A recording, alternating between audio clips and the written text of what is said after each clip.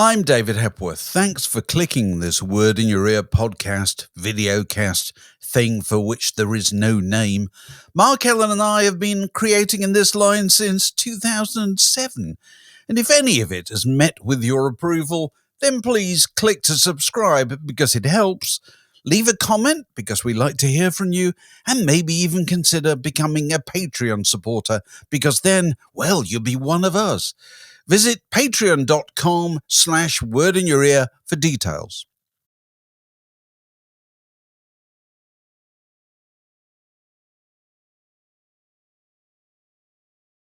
This is Word Down Your Way, in which those about to tour salute you. Welcome to another episode of Word Down Your Way for those about to tour. Indeed, in her case, already touring. In fact, I think she's at the Pavilion Theatre in Worthing with that fantastic ceiling behind us. Very nice to see the tremendous Martha Wainwright.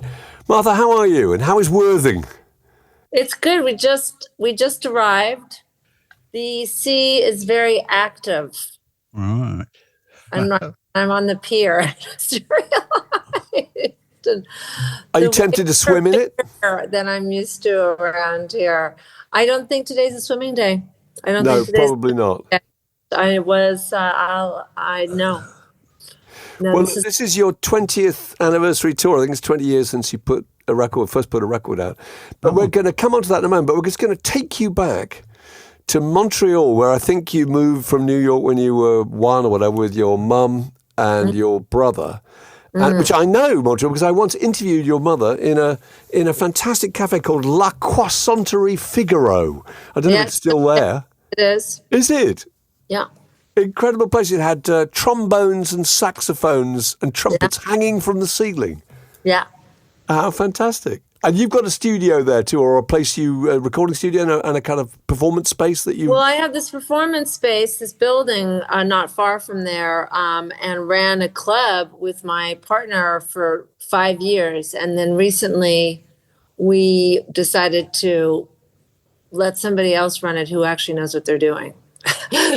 Because, I mean, the venue was awesome and we did a lot of great shows and people loved playing there, but it was just a lot of work for me, and I had to get back to my real job, which is on stage rather than mopping up the stage and cleaning the bathrooms and doing the bar and, cooking the food. So we enjoyed it, but now it's continues and is run by people who are more capable than us. So I encourage people to go there. It's called Le Petit Ours, the little bear. Fantastic. Good for you. So look, growing up in the family home, can you remember the kind of music that was playing? What sort of things were you listening to in the early days? It's really varied, I would say. There was a lot of classical music. My mom and Rufus, that was their kind of go-to. But also, the record, we had kind of an odd record collection that we would play from, and it had stuff from folkways and Bahamian slap guitar, but then it also had David Bowie and Miles Davis and and then a few pop records. I remember we had a couple of records from an artist named Michael Hurley, who was a great American songwriter who actually died just very recently. And his records were always very memorable, not only because of the music, but also he did the drawings on them, and they were all surreal, incredible cartoon drawings. And so as a kid, I was really drawn to those. And did you have a lot of hoots because you had your aunt Anna McGarrigle lived nearby, I think, your mum Kate McGarrigle, and with lots of people just playing in the house the whole time? Do you remember that? Where we grew up it was kind of a nice neighborhood in Montreal. My mom bought a big house there in 1976 when the stock market crashed, and she was able to get in quite early, and got this big rambling Victorian home. And we really kind of stuck out a bit because the neighborhood was quite fancy, but we were kind of clearly the weirdos, and people would come to rehearse, and people showing up with banjos and mandolins and their guitars to practice, and I wouldn't call it a hootenanny. It wasn't like we never played music I don't want to say we never played music for fun, but it was a job, And so when Anna would come in from the farm to practice, they would practice, and they would practice for several hours in the living room or downstairs. They had a studio with their Juno keyboard set up, and it was fun, but it was also kind of serious, and intentional. Right. This podcast is about playing live. Can you remember when you first went to a show? Yeah. Who was it to see? Well, my mom, because Montreal is sort of a small town and everybody knows everybody, and so she of course knew the main big promoter there, and so she could get us tickets to anything kind of we wanted to see. So when big bands came through, so I saw Pink Floyd on their tour of The Wall. I think I was like maybe 9 or something like that. With the giant inflated pig with and the everything. wall that was dismantled. It was just absolutely insane. And we were at the Forum, which was the hockey stadium. And, my mother was sort of like holding me closer and closer as, as things got weirder and weirder, as those kids just like smoking lots of pot, and it was getting wild and crazy. It was just absolutely exciting. But, I got to go to that concert. So that was very marking. And I remember the video projection, and then also we saw all these big artists that would come through. I remember seeing Rod Stewart. I don't know what record it was, but kicking the footballs into the big stadium, and those were sort of like the big concerts. But one show that really marked me, that was really beautiful, and I was probably about 10 or something, was when Leonard Cohen came back through town and played at the Saint Denis Theater for I'm Your Man tour. And that was a really kind of incredible concert to see, because I got to see how he was with his backup singers and that kind of connection. So those were some really great concerts that my mom took me to when I was young. That was a particularly fantastic tour, that Leonard Cohen tour. Yeah. I'm trying to think if it wasn't the one where he started playing with little like stylophone solos. Did he have a little keyboard that he played? Yeah, all the funny little things. But what I was really, the way that he sort of interacted with Julie and Perla on stage and sort of giving them their space, and it really, and it made me want to. I just liked the idea of that, and being kind of the backup singer is really up front, and I really loved that. When were you first on stage performing your own right? My own material or just as yourself kind of thing? As myself. As a kid, I was on stage with my parents all the time at folk festivals. I suppose I was myself. Right. Yes. But actually performing. Were you singing or just? Yeah, we were forced to sing. It was like, it was sort of fun, but sort of not fun. We would have to learn stuff that we kind of liked, but kind of didn't like. Some Stephen Foster songs and whatnot, and when we were learning the harmonies, like my mother would stand behind us, and if we got it wrong, I remember she'd pull my hair, and so there was a certain amount of get it right, we would be asked to, we would perform with our aunts, our mom and aunt in the summertime, but we'd have to kind of learn the songs, So we were sort of. It was kind of serious, but fun. Rufus was really like, he was so earnest, and he just loved it. And there's all sorts of footage of him as this totally preppy kid, just like singing his little heart out to songs like, Swanee River or something. And me and my 2 younger cousins were sort of maybe more playing in the front with the cables and kind of, drifting in and away from the microphone, sort of teasing each other on stage. But this is fantastic. How old were you then at the time? I think 8, 9, 10, in those ages, and then all up until through our early teens, and then right away it just became serious. I remember Kate and Anna were doing the transatlantic sessions with Allie Bain. And they brought Rufus over because I guess, for summer vacation or whatever, they decided to take him on the trip and went over to, it's usually in Scotland. And then all of a sudden, he was just there as a teenager, as a kid. But then they got him to sing, and then he became the star of the show, really. He's singing with Emmylou Harris, and I can't remember who else was on that year. But, and it was kind of this incredible discovery. He wasn't supposed to be booked on it. And then I think the same thing happened with my cousin Lily and I. A few years later, we would sing backup for Kate and Anna on their Matapedia record and go on tour in the summertime because we had nothing else to do. And then my mom and my aunt would just kind of give us more and more room on stage to sing and play. And so it just sort of moved into it, kind of very folk music like. Were you ever conscious of being nervous on stage? No, I really liked it. I was never nervous. That was maybe my problem. I was really kind of ballsy.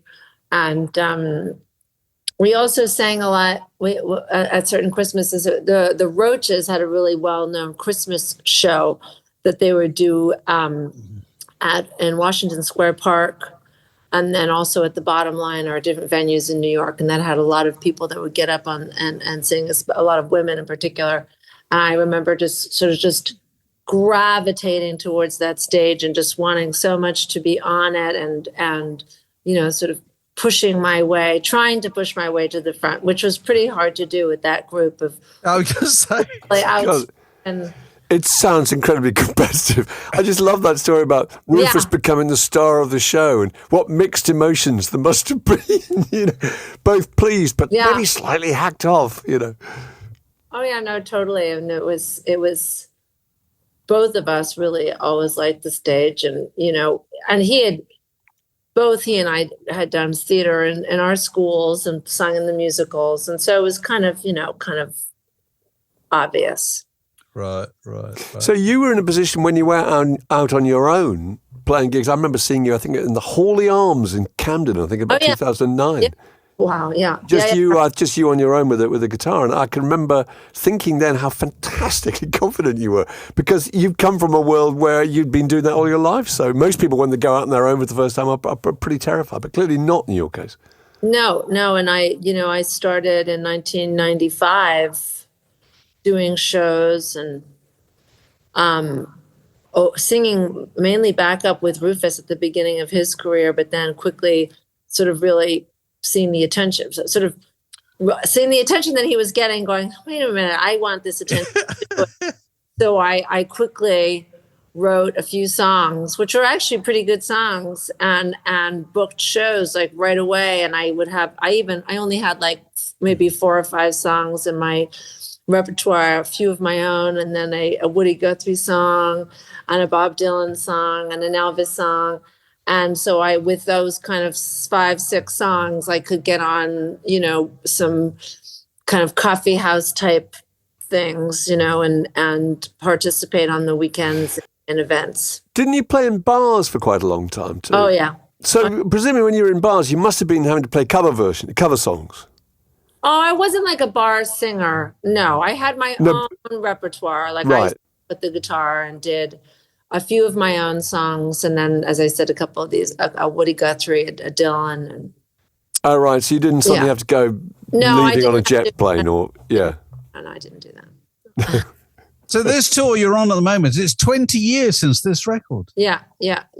So what are you doing on this tour? How's it? I'm doing that record. You're doing that record, yes.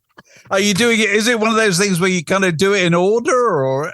No, although I did, the first show that we did was a couple months now, and I'm always very last minute, and it was 5 minutes before going on stage, and I thought, I guess I should do a set list.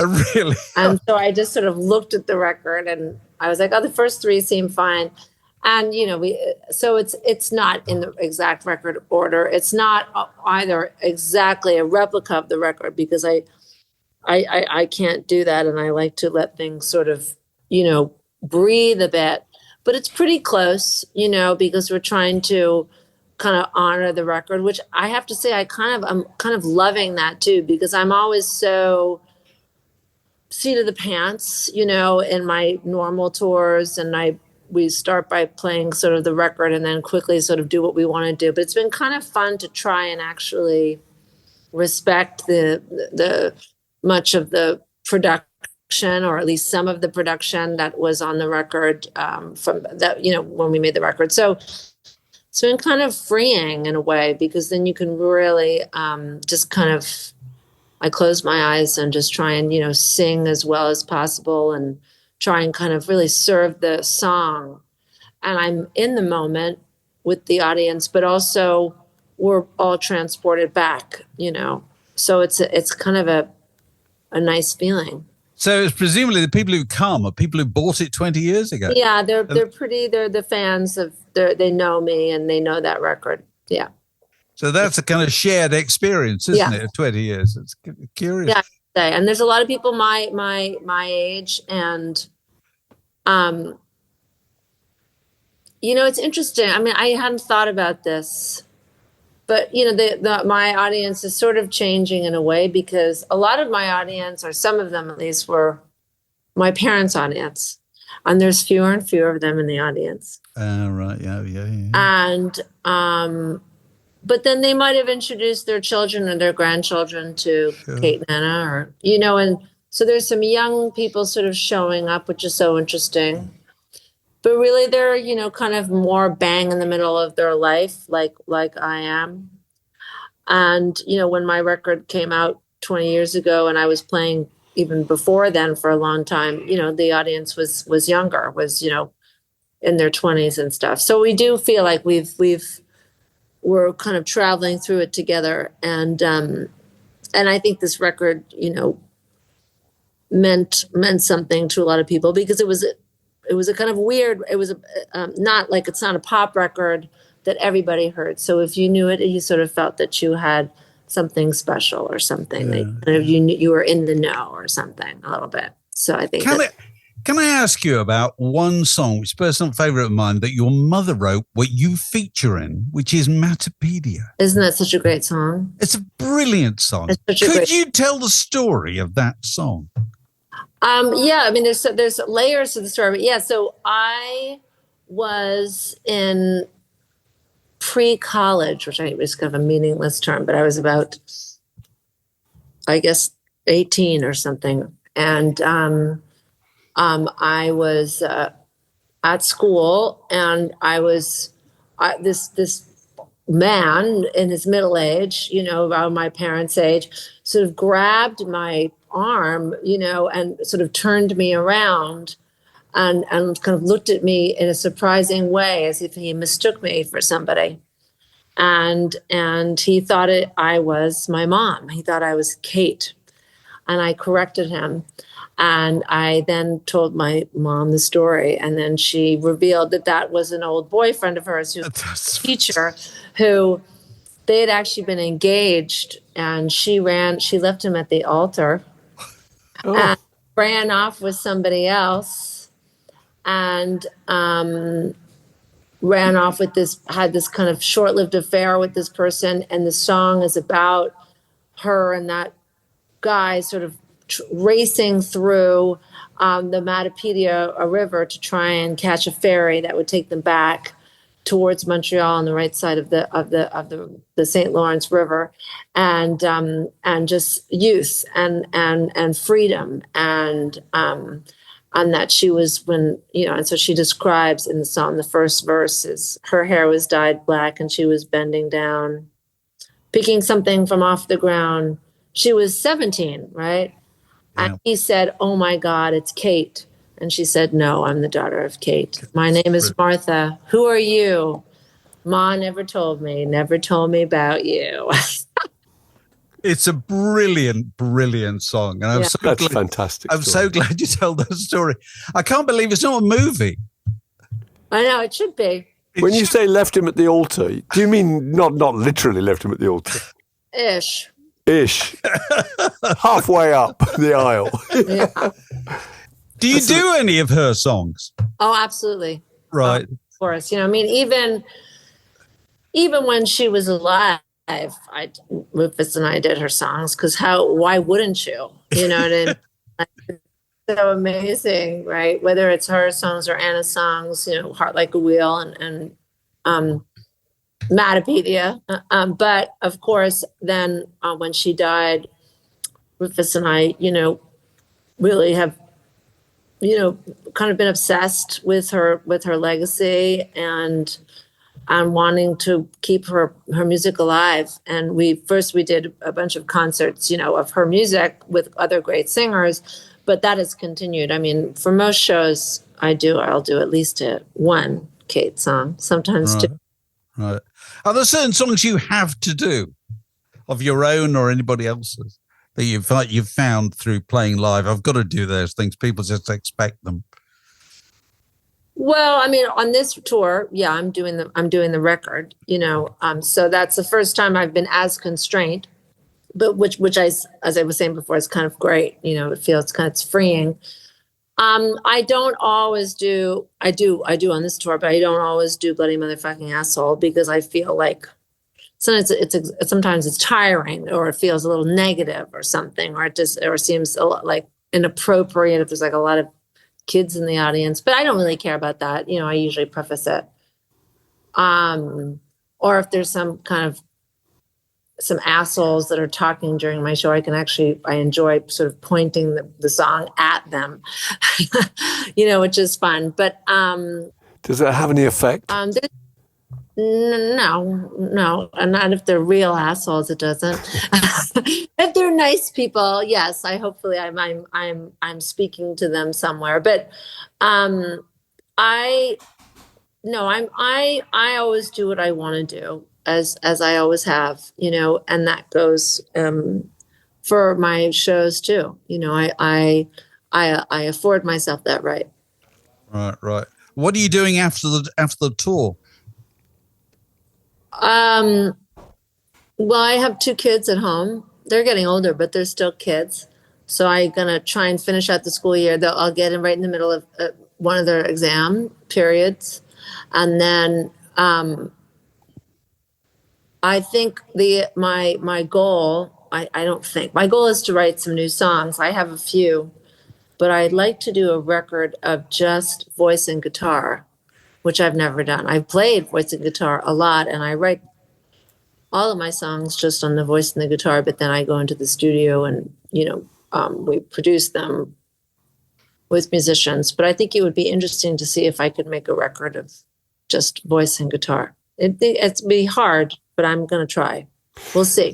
Is there anything you've learned in all these years performing about live performance, about being on stage that's been anything you can pass on? Well, I mean, in my case, it is absolutely who I am. I don't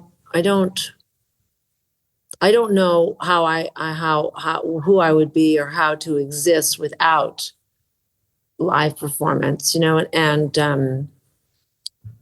think a lot of live performers felt that, coming out of COVID, once they got back into it, that they realized how connected they were to the lifestyle, for lack of a better word. I don't say lifestyle, but just the fact, that is my job, is, getting up, driving to a gig, doing a sound check, finding somewhere half decent to have dinner, trying to do the best show possible, meeting the audience afterwards, interacting with them, going to the hotel, going to bed, getting up and doing it again over and over and over again. I mean, that is what I do, and it's the only thing I've ever done.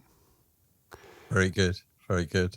Well, you're coming back, I think you're going to Scandinavia after this, and then you're coming back, I think, to the Shrewsbury Folk Festival or whatever. Yeah, Shrewsbury Folk Festival, and then back to London at the Cadogan Hall. That's it. Well, very good. And it's been terrific to talk to you. And thank you. I hope it all goes swingingly. Yeah.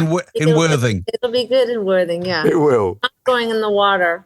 Fantastic. Yes, get in that surf. Yeah. And, I'll wait for when I'm really ready to die to do that. Fantastic to see you. Thanks very much, Martha.